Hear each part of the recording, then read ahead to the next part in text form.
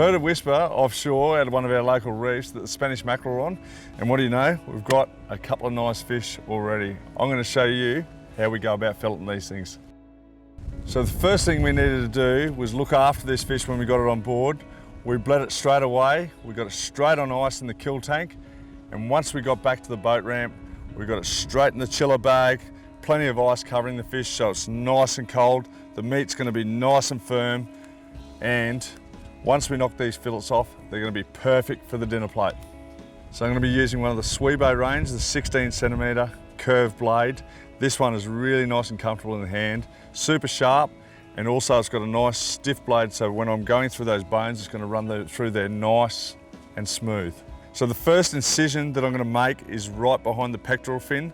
So I'm just going to cut in behind there, and there's a line that you can follow right up to the back of the head there. Once I've made that first incision, I'm just going to turn the blade of the knife and run that right along the top fins, and you'll be able to feel the backbone as you go along. You want that blade running right along the edge of the backbone. One of the things you want to make sure you do is store your knives well. Make sure they're nice and clean and they're always kept sharp. So once I've done that, I'm going to lift the fillet up a little bit so I know what I'm filleting, and I'm going to run my knife right along that middle bone and just keep knocking along the middle bone. You'll feel the rib bones as the blade's going through, they'll crack those rib bones. So once I've started cracking those backbones and run it all the way down to near the tail, I'm going to spin the fish around. This is quite a large mackerel, so I want to try and get as much of the meat as possible. I'm going to start to fillet on the other side, running the knife along so you're hitting the middle of that backbone. So I've nearly finished one side of this fish, and as I'm going along, I'm giving the blade a quick wash in salt water. I don't want any fresh water going on this fish whatsoever. So there we go. Nice fillet. Hardly any meat left on that side. And anything I have got, I'm going to give to the kids to use for bait. So once I've flipped it over, I'm going to make the same incision behind the pectoral fin, up towards the back of the head, turn the blade of the knife, and run it down along the backbone, right down to the tail. That knife is super sharp. It's the only way you want it. As you're filleting along, you're always guided by the backbone of the fish. And that'll mean you're maximising as much meat as you can, as well as keeping it as safe as you can. So I have left a little bit of meat on the backbone here, which sometimes will happen, but all I do with that is I'll run the knife along the backbone,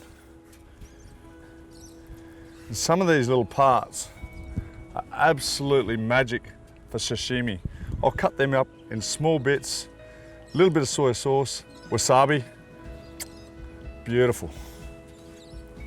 But these Spanish mackerel, they don't release real well. We're only feeding 2 families, so there's going to be a stack of fillet here that are going to feed 2 families well and truly.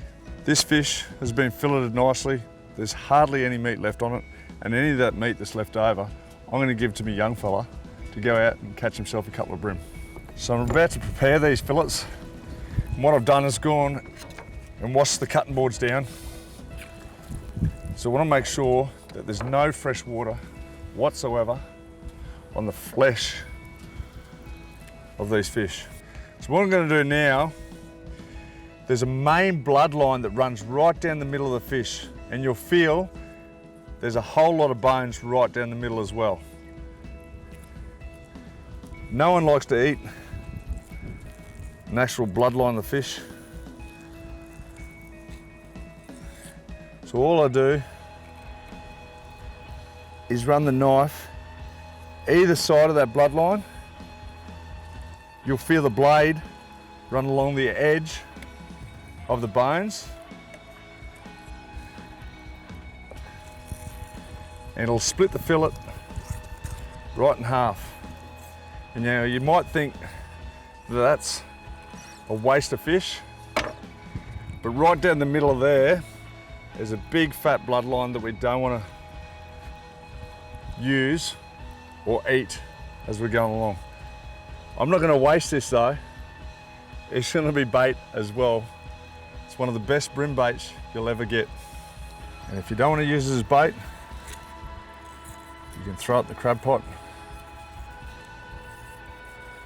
and turn it into a couple of nice mud crabs. What I'm going to do now is turn these fillets into the perfect size portions for their family. That way you can bag them up into Ziploc bags, keep them nice and fresh, and only take out what you need at any one time. So once I've cut this fillet up, I'm going to put enough fish in there to feed the family, one portion at a time. Once these fish are bagged up, we've got a cooler there ready to go, filled with ice. We're going to get them straight on the ice to maximise the quality of these fish.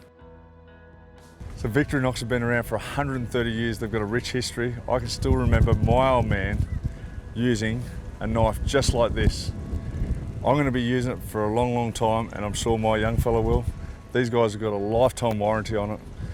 They're very, very good quality, and in my opinion, you won't find a better knife.